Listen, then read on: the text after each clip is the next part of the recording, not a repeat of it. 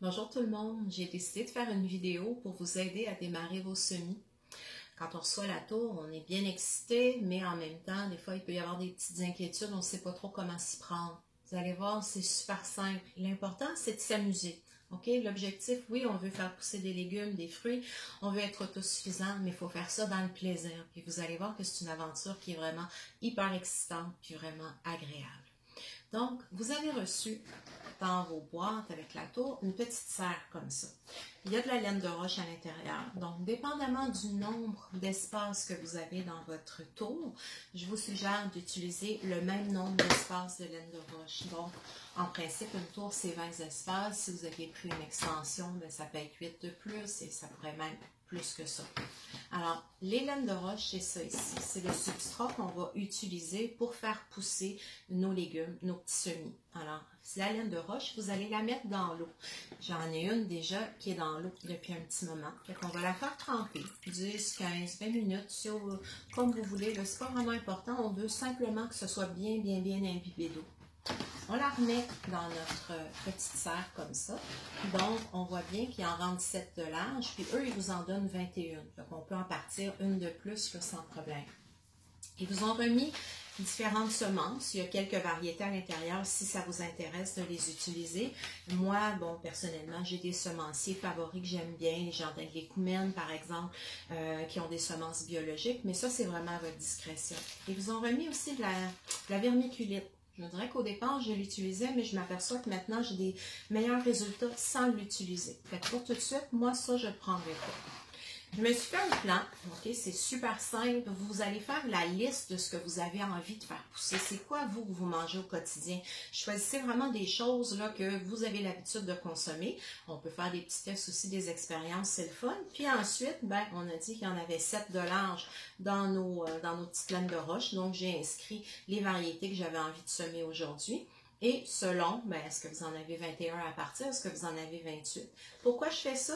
Parce qu'une fois qu'ils sont semés, toutes les petites graines, avant que ça pousse puis que le feuillage soit développé, des fois c'est difficile de les reconnaître, tandis que là, ben, je peux regarder, ok, dans ma deuxième rangée, dans mon troisième petit trou, moi c'est du bok choy que je vais mettre là, et comme ça je perds pas le fil de tout ça. J'écris aussi sur ma feuille quelle date, donc aujourd'hui on est le 21 septembre, ben, ça va être le fun de regarder ça dans 4-5 jours et de dire « Ah, wow, ça a déjà poussé. » Inquiétez-vous pas, il y a des choses que ça peut prendre 2 semaines, 3 semaines avant de germer et il y en a d'autres qu'au bout de 2-3 jours, on va déjà les voir.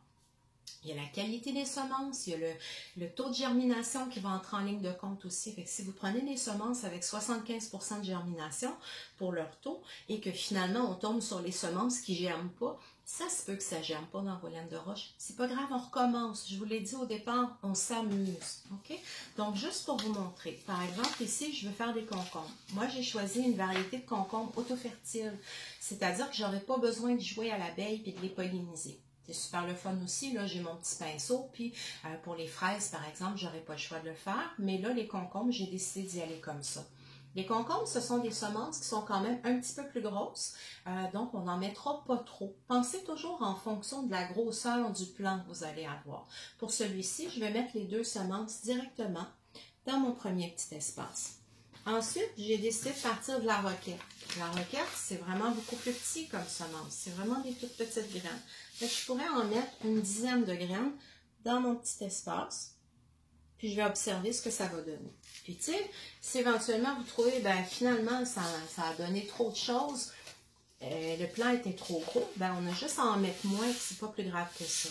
Par la suite, je me pars un mesclun de crucifères. Crucifères, c'est super bon. C'est des plantes qui vont aider là, pour nettoyer notre foie. Donc, j'aime beaucoup là, avoir ce type de plante-là. On y va selon nos goûts, selon nos besoins. Du persil, j'en avais déjà deux espaces que j'avais semés, mais c'est quelque chose que je consomme vraiment beaucoup. On peut se faire des bons petits shooters de persil le matin avant son déjeuner. C'est un petit boost de vitalité et d'énergie. Alors, je remplis 2 espaces là, avec une dizaine de graines aussi. Là, j'en ai beaucoup ici. Donc, le prochain, c'est un chou chinois. Si vous regardez la grosseur de mon chou chinois, et si vous regardez l'espace d'un petit trou ici, ben c'est certain que j'en veux pas 3 choux, parce que ça va prendre beaucoup trop d'espace. Fait que pour celui-là, je vais être un petit peu plus raisonnable avec la quantité de graines que je vais mettre.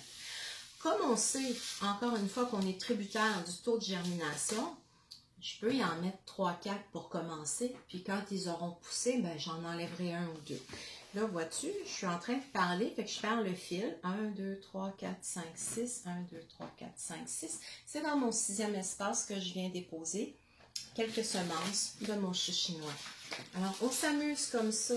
Il y a plein de choses. On peut faire pousser des fines herbes, on peut faire pousser toutes sortes de laitues, des plantes médicinales, des fleurs. Ça met de la couleur, ça met de la gaieté. C'est super agréable.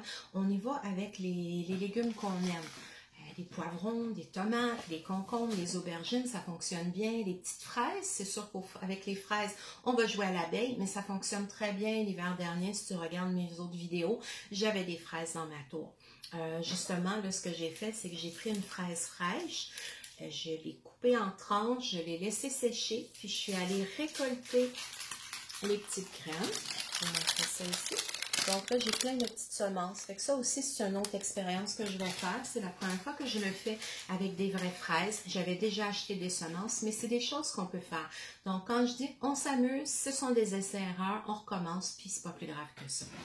Une fois que tu auras rempli tous tes petits trous, on va vraiment fermer la serre comme ceci, puis on laisse aller. L'humidité va se créer parce que tes laines de roche étaient déjà bien mouillées. Moi, je les dépose sur la table ici à côté. On voit qu'on en a qui sont bien avancés. J'attends, là, je vais nettoyer ma 2e tour qui est à l'extérieur en ce moment pour la rentrer à l'intérieur. Fait que mes semis sont déjà prêts. Vous voyez qu'il y a un tapis en dessous, c'est un tapis chauffant. Je ne l'ai pas utilisé à ce temps-ci de l'année. Il fait chaud, il n'y a pas de souci, mais en plein hiver, ça peut donner un petit boost là, pour favoriser la croissance des semis. Une fois que les semis vont avoir germé, donc c'est-à-dire qu'on va commencer à voir là, les petites pousses vertes qui commencent à sortir, là, oui, on peut les sortir, on pourrait ouvrir le couvercle. Moi, comme j'ai plus qu'une petite boîte comme ça, ben, je les sépare puis je les mets à côté. Je me suis amusée en commandant des petites étiquettes comme ça. Ça aide. Quand on a un chum qui ne connaît pas trop les légumes, ben, il te demande d'identifier ce que tu fais pousser. Donc, j'ai juste planté là, à l'intérieur, puis comme ça, ben, je suis certaine là, que je sais ce que j'ai planté. La même chose dans ma tour, ben, j'ai pu identifier chaque plante que j'ai fait pousser. Là, on voit là, que ça va super bien dans ma tour, je suis vraiment contente. L'autre chose que je veux te montrer, c'est à quel moment on va aller mettre les semis dans la tour. C'est sûr que si tu lis les livres de Tower Garden, hein, j'allais faire un beau lapsus, on va te dire d'attendre qu'il y ait des petites racines comme ça à l'intérieur. Donc, ça, c'est l'idéal, mais il y en a plusieurs que j'ai mis dans ma tour où j'avais pas encore les racines et il n'y a pas de problème, ça s'est bien développé. Mais quand on peut le faire comme ça, c'est excellent aussi. Ce que j'ai fait récemment, comme ma tour, elle est remplie, comme elle a des minéraux, ben parce que mes semis ici, dans le petit plateau, je peux pas les planter, je peux pas en fait les mettre dans une tour actuellement. Ben, de temps à autre, je vais chercher l'eau avec un petit... je vais me chercher un petit peu d'eau qui a des nutriments dans ma tour. Puis je viens en mettre dans le fond de mon plateau parce qu'on ne veut pas que ça devienne tout sec, ça. Pas trop d'eau, mais simplement s'assurer que quand on les touche, ils sont humides.